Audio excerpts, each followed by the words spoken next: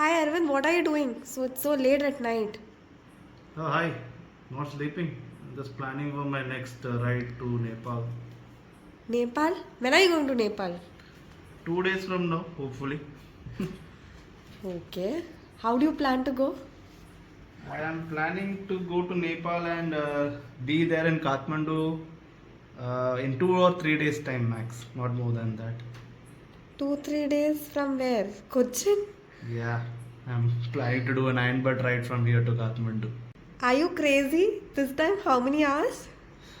A little more tougher than the last one. Last one was for 24 hours and I had to do 1610 kilometers, 1610. This time the challenge is 2500 kilometers, 2500. So the challenge and the time are all a little And more that too tougher. in this hot weather. Yeah, that too in this hot weather. I can't help it. Have people done this before? Yes, I think 60, 70 guys are there in India who have done it, or I'm not sure because it's not very easy to get that list. But if I'm not wrong, them 60, 70 guys have done it in India. Okay, so you've done with all the planning and how you plan to go about it? Do to go for any handbird ride in India, we have to remember the movie RRR. So remember the three golden alphabets R, R, and R. The first R will stand for the rider, that is you yourself who is going to ride. The second R will be your ride, whichever your vehicle is, and the third R is the route. So right now, if you see, I have got my route from where I plan to start my ride to where I plan to finish my ride. That is almost at the footsteps of Kathmandu. The distance comes around to be somewhere 2850 kilometers. I don't need that much of distance, so I'm just planning where I will stop for the halt around the 2500 kilometer mark. So that is a part of route. So as I was saying, there are three parts to it. The first R is the rider himself. The rider is the most important component of the entire iron butt challenge. Now there are multiple iron butt challenges by the way. There's a 1610 24 saddle so 1600. There's a 2500 kilometer in 36 hours which is called as the bun burner 2500k. And then there is a bun burner gold in which you have to do the same distance 2500 in or 2400 in 24 hours. Now the thing is, bun burner gold is an ultimate challenge, and I don't think in India anybody has cracked it because it is far too much of a distance in far too much of lesser amount of time.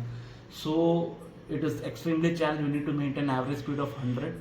But in the rest of the two, the average speed which you need to maintain is 67 km per hour, which is lesser than the 80 km per hour generic highway speeds. So that is something very legal as per the Iron Butt Association in America. Now the rider needs to be in complete full state of fitness to go and attempt for it. The fitness doesn't mean that he is a gym master or he is a yoga king or something like that. The rider needs to be sitting on a saddle or on the seat for 24 hours, or in this case I am doing 36 hours. So that means that your back posture, your leg muscles, your abs, your core, that is, they all have to be in some good shape. Even you might be a person with a lot of what you call in Hindi tond, but in spite of all that, if you are having a kind of physical presence on the motorcycle that you can maintain that posture for 24 hours, that is the most important thing. Second thing is that you need to have a lot of electrolyte proper balance in your body. If you are riding in summers, it becomes even more tougher as it is in my case. You need to have a lot of water. So what I am doing is that 1 week before the ride, I have already started a hydration procedure for my body. I am on an overdrive for drinking water because in the 24 hours to 36 hours, you have no idea how much of waters or salts will be just taken out of the body. So this is another important thing. So you will have to have lots of water and hydrate yourself. Eat very clean food, eat good fruit, stay away from junk food, fried food, fast food, and all those kind of things. Try to keep your body as natural as it can, and this routine can and needs to be started at least 2 weeks before. Try to do some meditation, try to build some focus, try to get your sleep cycle in control, because 24 hours non-stop not sleeping or 36 hours non-stop not much of sleep in our conditions rider is definitely bound to lose his balance. So the rider has to really work hard on his sleep cycle. He needs to sleep at least an entire 24 hours before the ride starts, so that he can keep himself awake without much of effort on the 24 hours at road, or 36 hours. So sleep, your electrolyte balance in your body, and your average physical fitness, they all need to be in top notch conditions, and then and only then a rider should in the first place commit himself for an iron butt ride in India. Part is the ride itself. You have seen some of my previous videos on the channel. I have already discussed what are the basic things you need to do.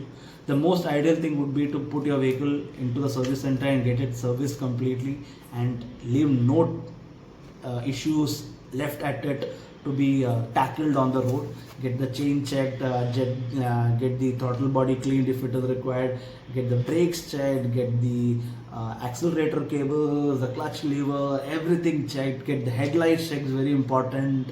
Check that there are no loose rattling equipment, rattling sounds or anything coming from the vehicle.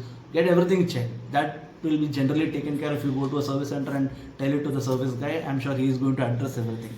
But in my case, my vehicle got just serviced just a few months back, so there is no necessity to bring it back into service center and get it serviced entirely. I know what are the things which I would require to get my vehicle serviced. When I went for the saddle store, I did those basic checks, and those were really good with this vehicle. In my case, because of my previous experience with the bike, I know what are the things to be addressed in this. So I got my inner sprocket cleaned. I'm going to get my bike washed and have my chain lubed properly. I'm going to ensure that the chain lube remains oiled entire 2500 km. Every 300-400 km I'm going to take a break only to lube my chain. That is going to be ensured. Thereafter, we have to ensure that the brake pads are in order. So the brake pads have been checked, so there is no issue.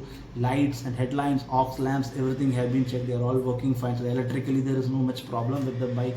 So you have to ensure that everything on the motorcycle is good. It doesn't go on the road and what you call because of a lack of planning, that the motorcycle had a breakdown, and then thereafter you have done some 1300 200 400 kilometers. Neither you are able to do your saddle so 1600 in this planned event or your bun burner, and thereafter your vehicle has to be towed away to a service center or something. So ensure that all the basic check on the motorcycle, everything has been done for. Tires have been checked, very important component which we generally ignore. Tires have been checked, tire has got enough life in it, air pressures can be maintained, there are no punctures. If the tire has had 1 or 2 punctures on any of the wheel, I would recommend just change the tire and just go, because if you have that 2 or 3 punctures, it may or may not sustain that entire saddle sore or bun burner. So when you are completely thorough with these two aspects, these two are something which you can plan much ahead of going for your ride.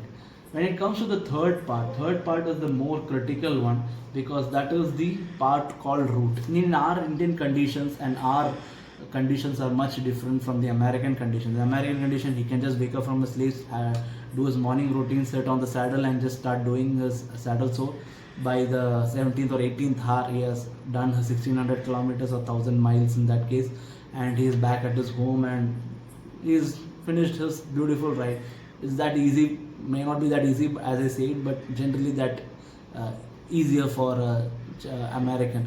When it comes to an Indian condition, we have cows jumping in the road, we have people jumping onto the highways, we have trucks moving at extremely slow speeds parallel to one another for extended time for 10 to 15 minutes.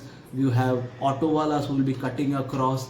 You will have unknown obstacles, something like a police barricade or something like that coming up. So in our conditions, driving on a highway at an average speed of 67-70 is generally not an easy thing. So therefore we will be required to maintain a certain higher speeds of 80 to 90 at certain portions, just to cover up for the lack of speed at some other portions on the highway. So therefore very thorough route planning is required. Where do you plan to start your ride and where do you plan to even finish your ride? These 2 points have to be very clearly known to the rider before even he commits with his motorcycle onto an iron butt ride. It cannot be that easy that you just go in the morning and start. You just come closer, that I'll just show you what is the way to plan it. So right now I'm planning to start my ride from a HP petrol pump called as AM Sadiq, which is very close to my home in Kochi. So what happens is that I'm going to plan my ride, and thereafter what I'm going to do is that I'm going to follow a path which I've already done many times before. So I have had my experience of driving from Cochin to Bangalore and all the way till Hyderabad. So thereafter in Hyderabad, what I'm relying upon is my friend's knowledge who has done a all India ride all the way from I think he has done it from Jaipur somewhere, and then he came to Nagpur, and then he came to Telangana, that is Hyderabad. So this portion he has given me an update, and he has been extremely pleased with the highway conditions in this part of the highway. So that is another positive thing on this. What I am not much aware about is this section, that is from Nagpur all the way till Varanasi, and my intention is now to stop at a place called Siwan. That is where I intend to stop, because if you see from my start point and I do it on this, the distance from them, my home in Cochin to Siwan is somewhere 2592 kilometers. So that is some 90 kilometers more than what the Ironbird requires. And if I can do that in 36 hours, plan my ride accordingly, then I think I would have cracked the whole Ironbird issue. Now the Ironbird has to be done in this Ironbird, that is the bun burner, has to be done in 36 hours. So for doing it in 36 hours, we have to break it down into 3 clock cycles of 12 hours each. So the first 12 hours can start maybe in the daytime. In that case, the second clock hour will be in the night time, and the third clock hour will be obviously in the daytime. So the problem with such a ride plan is that in summer conditions, then 2 daytimes you will have to face in extreme heat, especially in the central to east central part of the India, where the heat is generally now to an extent that your temperatures are 41 to 44 degrees Celsius in certain parts. So it will be extremely dehydrating, and I don't think it would be a very good idea to be riding at daytimes in this stretch. Whereas I am very confident of riding my night time up till Hyderabad, because this is a stretch I have done in both day and night. So my intention now is to start at night, day after tomorrow on the Tuesday, that is today is 14th. So I'll be planning to start my ride on the 16th. So 16th at around 2100 hours, that is when I plan to start, so that I can reach Siwan in Bihar by 18th at morning 9ish 10, and thereafter go for breakfast, and by then I'll be dead tired, get into a hotel room and sleep the entire day. And thereafter the next day morning, when I'm fresh and awake, I would start my journey from Siwan to Kathmandu, which is hardly some 350 kilometers, I think. So this is the broad plan. Now when you do the plan, you need to be extremely sure of the road conditions. The one way of ensuring that the road conditions are good is by just, for example, I want to see how the road condition in this particular point is. All I need to do is just double click it. Just zoom in a bit more. So when you see, this is the reference you have. So what happens is that the Google Maps gives you a street view. So you can just go to the street view and have a look at the condition of the road in there. Now when you look at this particular point, you see that it's a 2-lane plus 2, that's a 4-lane highway. Highway condition looks extremely good. Doesn't seem to be a highway with a lot of traffic on it. And most importantly, this street view has been updated on February 2023, so it's fairly new. If it is anything more than 2 years, then I think you need to be a little bit more cautious with such a place. So we'll do one thing, we'll do one more stretch. This is now between Bangalore and Hyderabad, which I'm much clearer about. So now I'll do one thing, I'll go to a stretch which I'm not very confident about, and that's what I was looking into when you just came to meet me. So this is the stretch between Varanasi, Rewa, and I would say Nagpur. So I am not very sure. So let me go to this place which is slightly off Jabalpur on National Highway 34. So I place my marker there, and I'm just going to click it. So I get a street view there too. This is the street view. So you can see how the street now looks like. So this street view shows that it's still a good, decent 4-lane highway. Please don't be bothered by this. This is just a car's photo which has just got pixelated. Beautiful 4-lane, no issues, decent, not much of traffic, no too much of habitations around the place. So what you need to do is that entire stretch of 2500 kilometers or 1600 kilometers, the way you have been planning it, you will have to go and make sure that every 15-20 kilometers at least have been scanned by you, and ensure that. So you can keep a notepad here, you can keep monitoring which are the places you are going. Now in my case, it's a pretty straightforward route. Just have catch National Highway 44, then catch National Highway 36 and National Highway 17 or some nothing like that. Keep moving from National Highway to National Highway.